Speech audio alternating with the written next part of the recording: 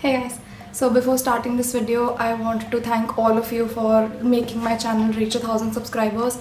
I never thought it would happen. I mean, I knew it would happen like eventually, but I didn't ever imagine that it would happen so soon. And it's all because of you guys, obviously. So I want to thank you and let's move on. So today's video is going to be all about skin and skincare and my skincare routine and oily skin and stuff like that. So I'd already filmed this video a while ago, but the footage was really shitty, so I did not want to upload it. So I deleted it and now I'm filming it again. I have a feeling that it's gonna be a long video and I didn't want to leave anything out. So I have made some notes, and the stuff that I do now for my skin won't make any sense if I don't tell you a backstory of like why I do it now. So the backstory is that in October last year I got bitten by a bug and I got an allergic reaction to it.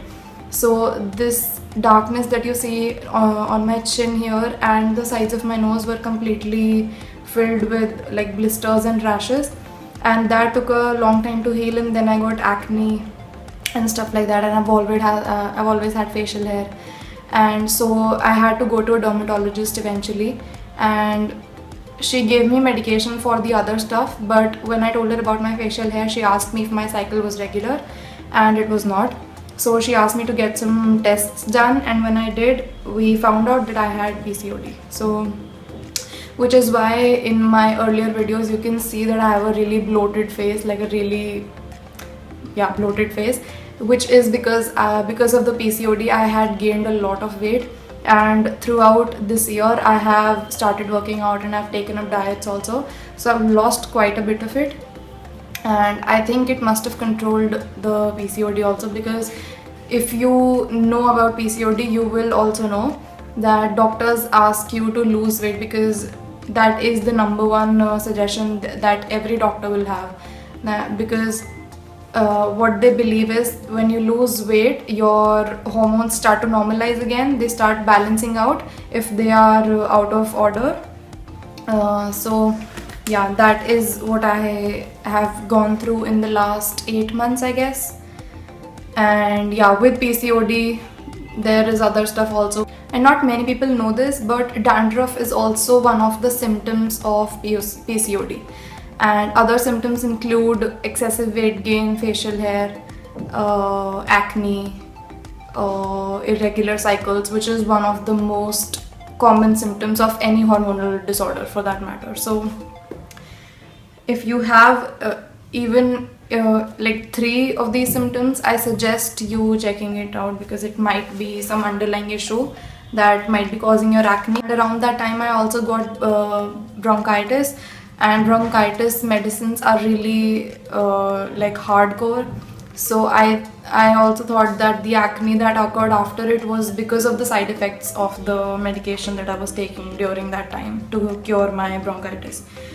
So I have had acne before, and you can see the scars, the little remnants of it, and they didn't completely heal because of 2 reasons. Firstly, because I'm not the kind of a person who can control themselves when they have a pimple.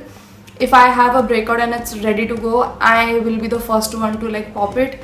I can't really control myself, and you shouldn't do that, but I do, because I'm crazy like that. And the second thing is, if you have sensitive skin or acne prone skin, that is when you are more susceptible to getting breakouts. So I suggest washing your face with a really good face wash. A really good face wash meaning that will cater to your needs. So let's say you've got oily skin. People who've got oily skin rarely have sensitive skin. They've got really tough skin, but I am one of the few who are exceptions to that statement. I have oily skin and my skin is sensitive, and it became sensitive after I had the whole October situation that I just told you about. Before that it was not really sensitive. I would get a pimple, I would pop it, and it would like dry down and chip off, and it would look like I had nothing there. But now it's not like that. I get scars every time I pop my pimples. So yeah, so that's my story. The oiliness of my skin has like reduced over time, like the production of oil, if you want to call it that.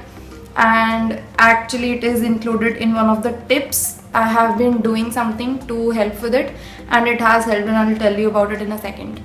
And secondly, people ask me a lot about sweat also, but you sweat, it's something that you cannot help with. Oiliness you can, there are things that you can do to help with the oiliness and reduce the look of oiliness on your face, but sweating is very natural, and this is something that you should not even try to stop. Sweat is something that happens to everyone.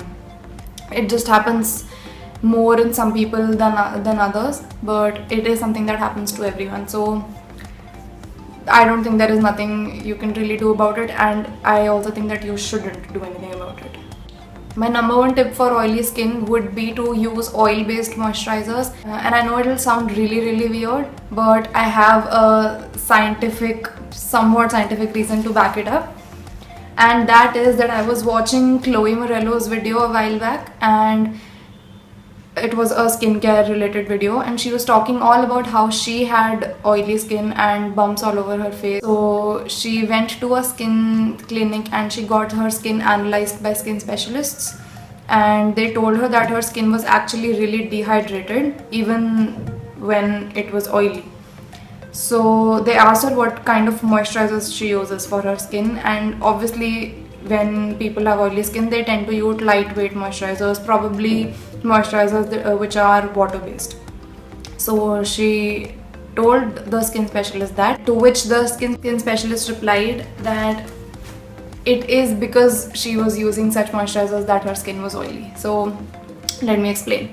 So your skin is oily, the nature of your skin is oily, and you are putting on top of it the things which are of the opposite nature, which is water.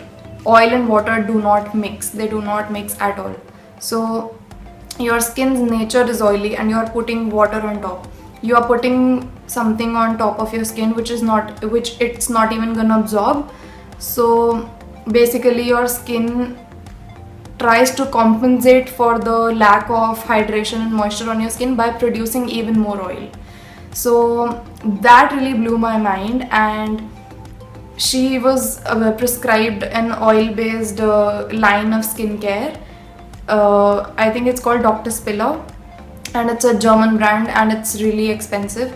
So she can afford it, so she got it, and now her skin, you can check out her videos, her skin looks absolutely bomb. So I was at a point in my life where I would do anything and everything to help my skin. So I took my normal daily moisturizer that I used, and I put some coconut oil in it, and I mixed it up, and I've kept it in my washroom. So every time I wash my face or I take a shower, I use that as my moisturizer, and I've been doing that for the last 3 weeks now, even more than 3 weeks I think. It's been almost a month, and it has definitely helped. Like earlier when I used to wake up, my skin, like my face used to look like a disco ball, and now it doesn't. I still, like, when I touch my skin it feels a little oily, but it looks a lot less oilier. I guess that is something that you guys can try out if you have oily skin. And another thing that I would like to add to it is, it worked for me and it might not work for you. And if you have acne prone and like really sensitive skin, I would advise talking to a dermatologist or a skin specialist beforehand. Because it worked for me, it does not mean that it will work for you also, because everybody has different skin and different textures and different like stuff on the skin. So I highly recommend talking to a dermatologist if you have actual issues with your skin. Second one would be to stop using harsh face washes or any face products for that matter which are harsh in nature. Because when you wash your face using harsh face washes and cleansers and stuff like that, they actually tend to dry out your skin. It will try to compensate by producing even more oil, which will defeat the purpose. The face wash that my dermatologist prescribed to me for acne was this one. This is the Glisten face wash, the Glisten Skin Rejuvenating Face Wash Gel, and it has glycolic and salicylic acid in it. And I don't know if you guys know, but salicylic acid is proven to cure acne. So she prescribed this one, and she wrote another one as an alternative if I couldn't find this one, and I'll leave both of these face washes names in the description box for you guys. The third one would be to not pack on powder, and this is something I personally am guilty of also. But when you pack on powder every time you get oily, you are basically creating layers and layers of product on your face, and when you do that, your pores start filling up with the product and you block your pores basically. So when you come home and wash your face and do everything, your pores are still covered with a layer of the product that you were putting on back to back. So it is because of such things that your pores get clogged, and the bacteria and the stuff that gets clogged underneath, it starts building up. People break out, because even if you are using a lot of products on your skin, it is really important to wash it all off at night or as soon as you get home, because it is clogging your skin and it's not healthy. If you have oily skin, I would suggest using face washes like these. This does have salicylic acid in it, but it is very mild. It washes your face really nicely, but I personally feel that it does not make your skin feel tight when it's dry before putting on moisturizer, because some face washes tend to do that. When you wash your face and you pat it dry with a towel or anything, before you put on any moisturizer, your skin tends to feel tight, and I don't feel like that with this face wash. And the same goes for SPF. Even though sunscreen is very, very important, it is one of those products that don't sink into your skin, creates a barrier on your skin from the outside environment, from sun and dirt and stuff like that. So when you put on sunscreen, it is not absorbed into your skin, it sits on top of your skin. And because it is sitting on top of your skin, your pores are getting clogged. And it's okay for like 4 to 5 hours. After that, if you are going to stay out further than 5-6 hours, I highly suggest washing your face and putting on SPF again, because clogging your pores for 6-7 hours is not healthy. And for acne, if you have like actual acne and you are thinking about getting a dermatologist to look at your skin, ask them about salicylic acid or benzoyl peroxide, because these two things are proven to cure acne. And if you want to reduce the look of oiliness on your skin, I would highly suggest using mattifying sunscreens, because most sunscreens that I've used make you literally look like you drenched your face in oil, and needless to say, I hate that look. So I would highly suggest I don't have it with me right now, but I do use the Lotus what's it called, mattifying sunscreen gel, I think SPF 40, something like that. You know what I'm talking about. I think I've got everything covered, and if I didn't and you have any other queries left, please make sure to leave them in the comment section down below. I will definitely try to answer all of them. And for the new subscribers out there that have not seen a new video in really long, I don't even know when the last time I uploaded. I didn't upload because I had some family issues going on, and even today I have a really bad case of a bleeding vagina, but I still had to get up and make a video because it had been too long.